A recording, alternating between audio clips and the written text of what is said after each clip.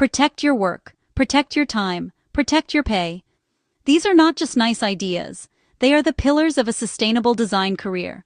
Too many talented designers, especially when they are just starting out, find themselves losing precious hours and hard-earned money. The reason is often simple. They operate on a handshake and a hopeful smile. A simple, clear contract can stop these headaches before they ever begin. It is not about mistrust. It is about creating clarity. A contract is a tool for communication. It sets expectations for both you and your client, creating a professional and respectful partnership from the very first day. This will not overwhelm you with complex legal jargon. Instead, we will walk through the essential clauses that every designer needs. Think of this as your guide to building a strong shield for your business. You will learn how to define clear rules for your projects. These rules will protect your brilliant designs and, just as importantly, your income stream. They will empower you to have conversations about money and deadlines with confidence. Before we get going, subscribe, like, and hit the bell for more tips like this. Join our community of design entrepreneurs and never miss a strategy. Let's start with a big one: ownership. Who owns the final design? This can become a major point of conflict if it is not answered from the start. The ownership and rights clause states who holds the intellectual property rights. You must decide your policy. Do you transfer full ownership upon final payment, or grant a license to use the design? A license is powerful. It means you retain ownership, and you give permission under specific conditions. You are essentially renting the design instead of selling it outright. A license can be limited by time, by geography, and by media. Example: license a logo for website and social channels. Want merchandise later? That is outside scope. New discussion. New license. New payment. One project. Multiple income streams.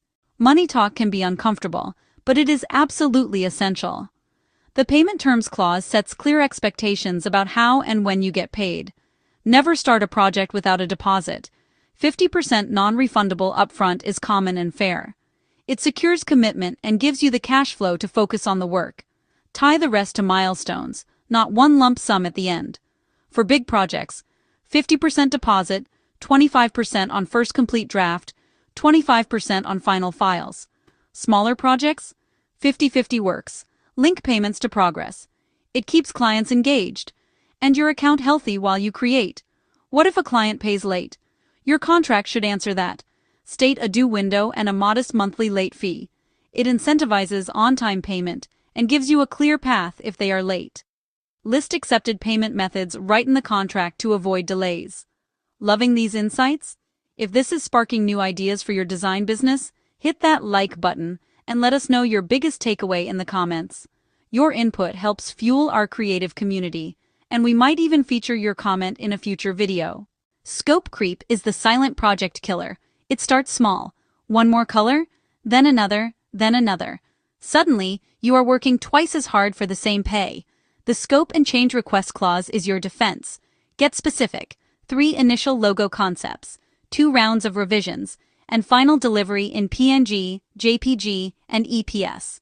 Defining what is included also defines what is not.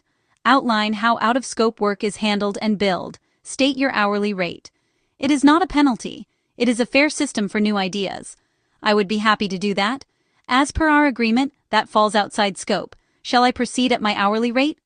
Professional. Firm. It protects your profitability and sanity. Projects do not always go as planned. Sometimes clients need to cancel.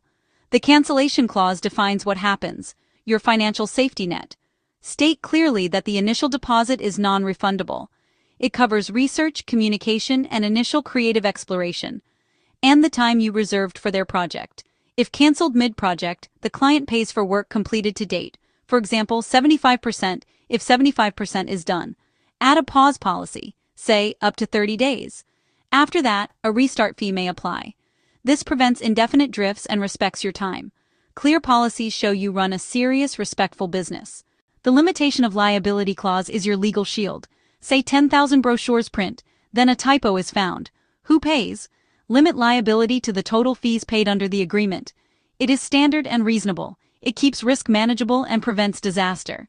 Include indemnity for client-provided materials, photos, text, logos. If they lacked rights and a claim hits, the client covers your legal costs and damages. Offer a basic warranty, for example. Within 30 days, you fix small errors at no charge, excluding new requests or changes. This balances quality responsibility with protection from disproportionate risk. It is a sign of a mature business owner. Recap: define ownership, lock in payment terms, set scope rules, add cancellation and pause policies, and cap liability with indemnity and a simple warranty. Thanks for watching. If you found value in this video, don't keep it to yourself. Share it with a fellow designer who needs a boost.